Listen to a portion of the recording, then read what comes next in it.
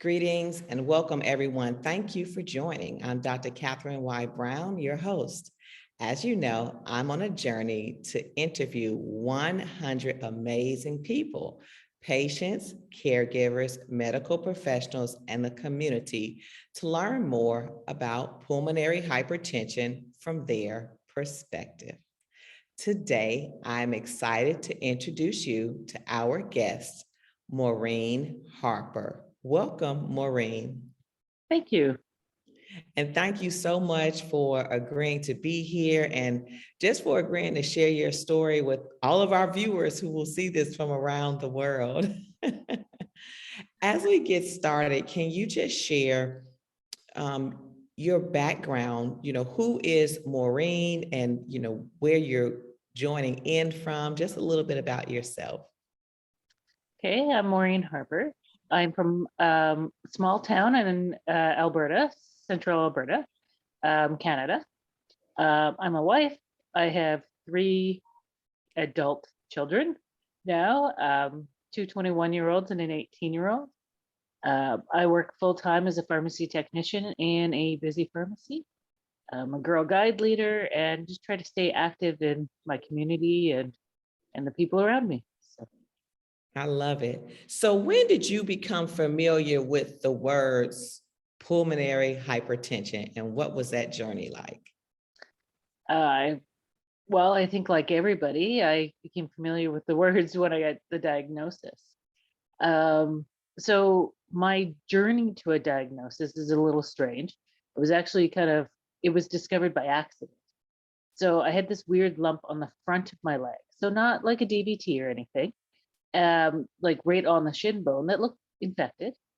And so we did 6 weeks of oral antibiotics, 6 days of IV antibiotics, and this lump kept growing.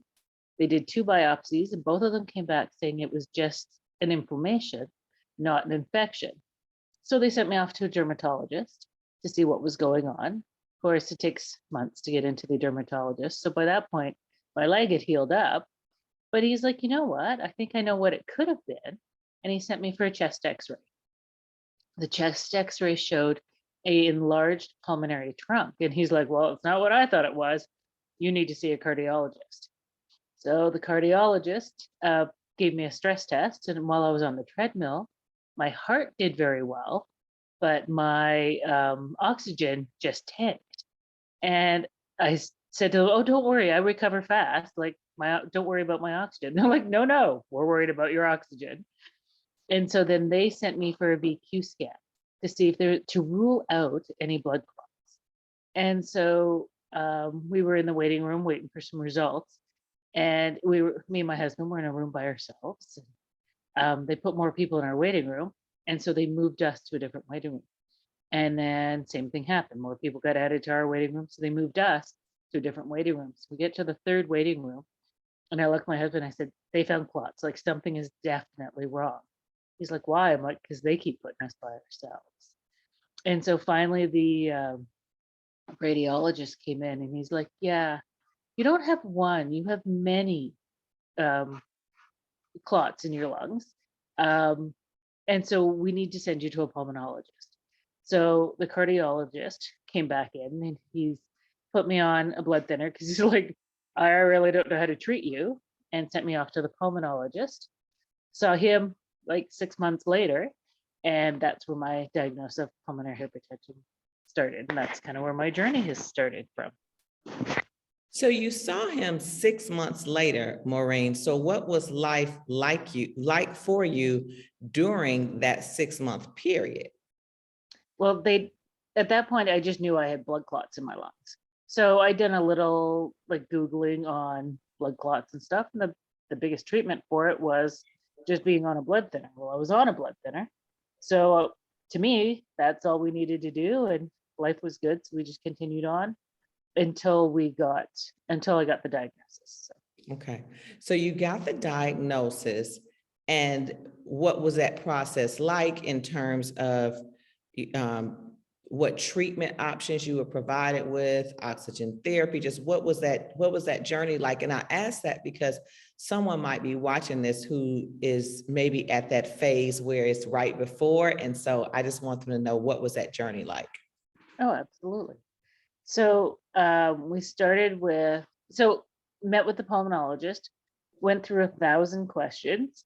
One of the major causes of pulmonary hypertension, or one of the causes, is IV use, like street drugs and stuff like that, or diet drugs. And my doctor he's very blunt. And he's like, so when was the last time you used heroin? When did you quit heroin? I'm like, oh my God, I have never used heroin or any of those other drugs. And then he's like, so the diet drugs, you've been on those for how many years? And I'm like, what are you talking about? And so he was very blunt and asked these questions really strangely. And he happened to step out of the room. I looked at my husband and went, what the hell is going on? Hey, And so when they came back in, and that's kind of when he's like, okay, going through all of this, this is my diagnosis for you, and this is what's going on. And this is why I ask all these questions. But it was a little off-putting when he started, because I was like, oh my God, like what am I felt like I was being accused of something, just the way he phrased everything. So he's like, I'm pretty sure that's what you've got. We need to do a right heart cath. So it was probably a month or so later, I got in for my first right heart cath.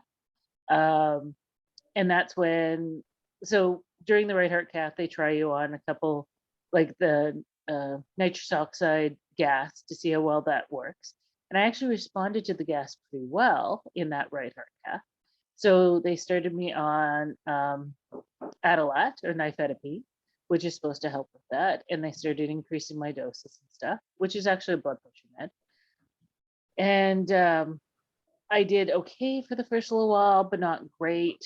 And so once I call it kind of the honeymoon period, I find I respond to most things quite well for that first month or two. And then they either even out or they drop off. And so I was pretty well for a little bit, and then started to turn again. So went for another right heart cath, and then we tried tadalafil, and then we tried, oh, and in the meantime, he's still doing like BQ scans and stuff like that. And he wasn't 100% convinced of my diagnosis as just IPH, or idiopathic pulmonary hypertension.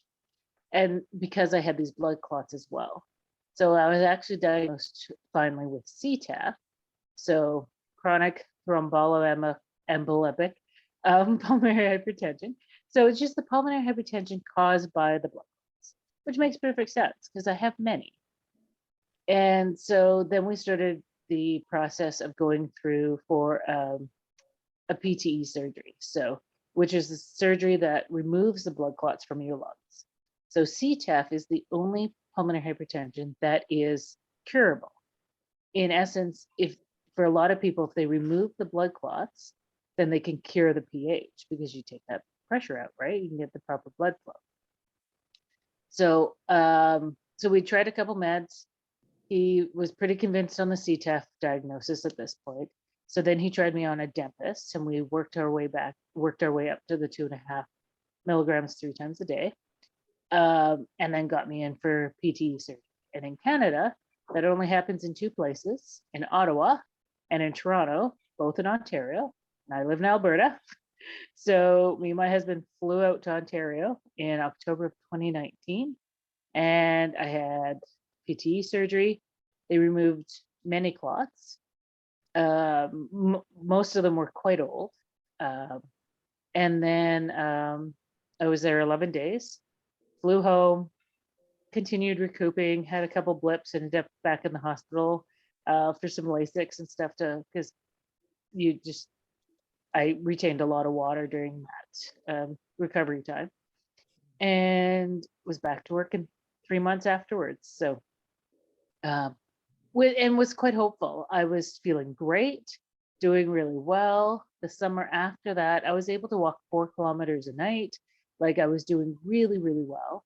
And then the fall after, so about a year after, I started having pH symptoms again, and things started to kind of go downhill. And so that's kind of where we are now. So then I got They've added, so we went, I come off the Adempus after the surgery, which is quite common.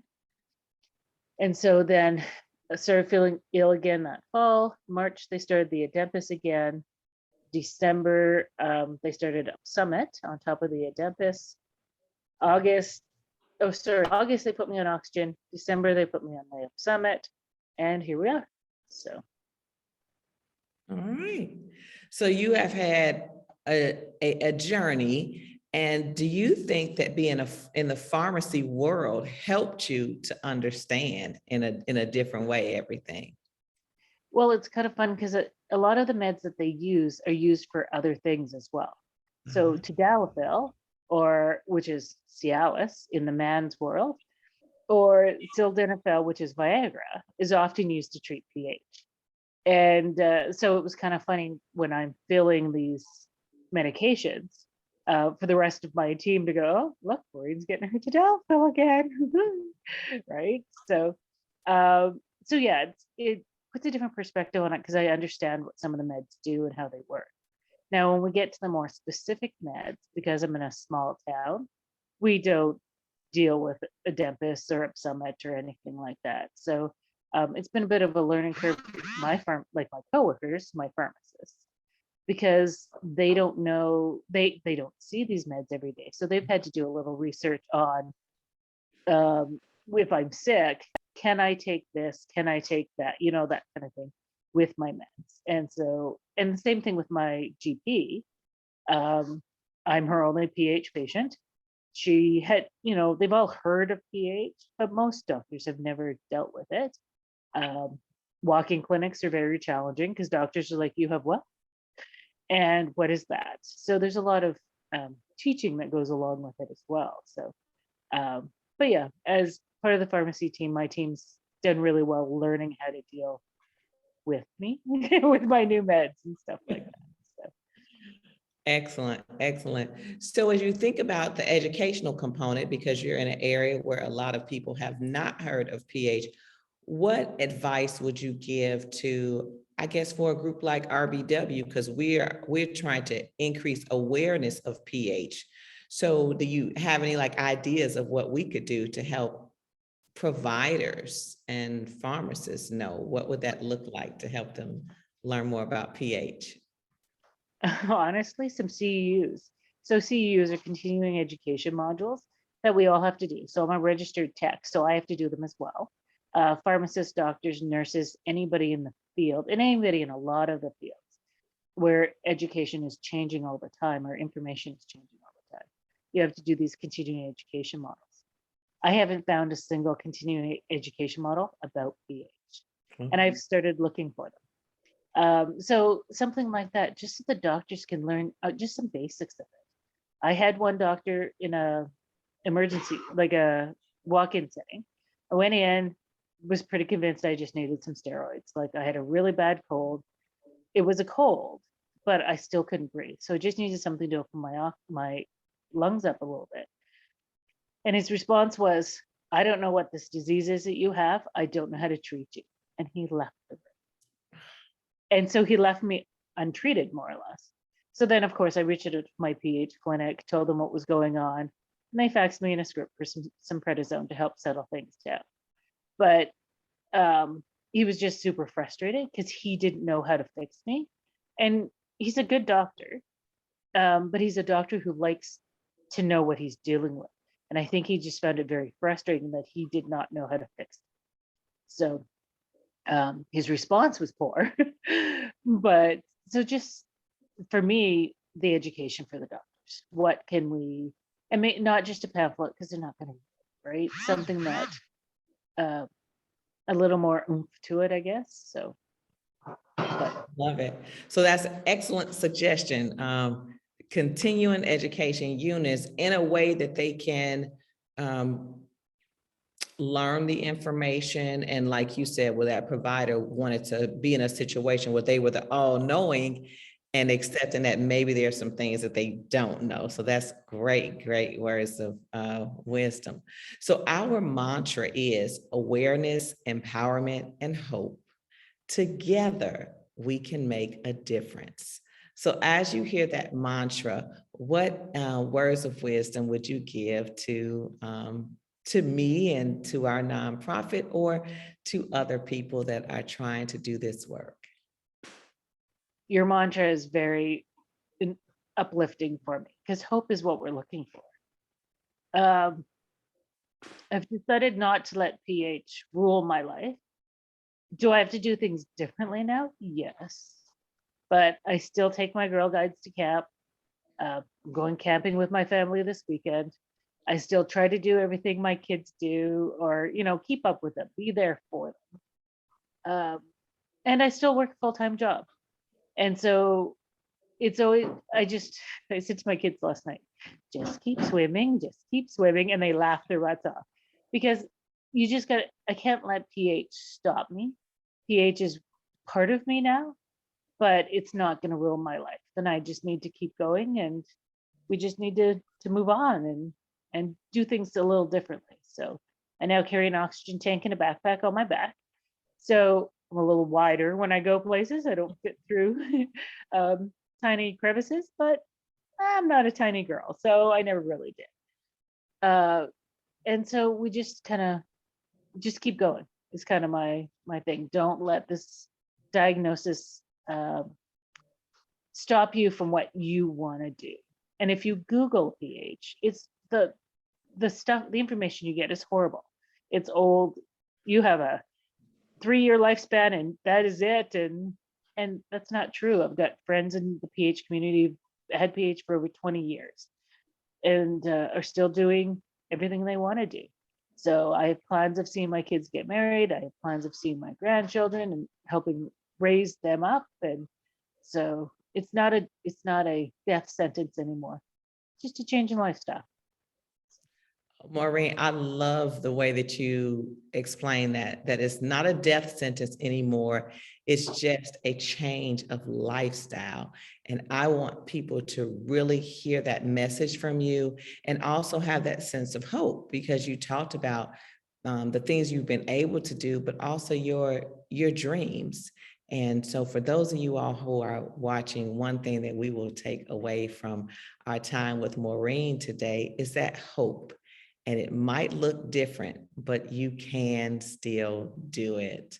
Maureen, my final question for you, is there anything else that you would like to share that I have not already asked you?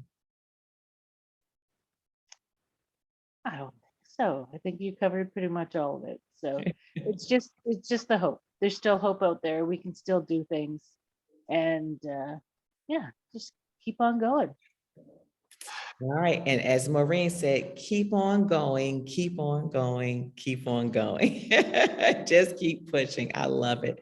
So thank you all for tuning in today. You have had the wonderful opportunity to meet Maureen Harper. Share this message with those in your community. Share this message with patients, caregivers, medical professionals, and as always, your local community. We're going to continue to do this work, and I will continue on the journey on the road to 100 voices.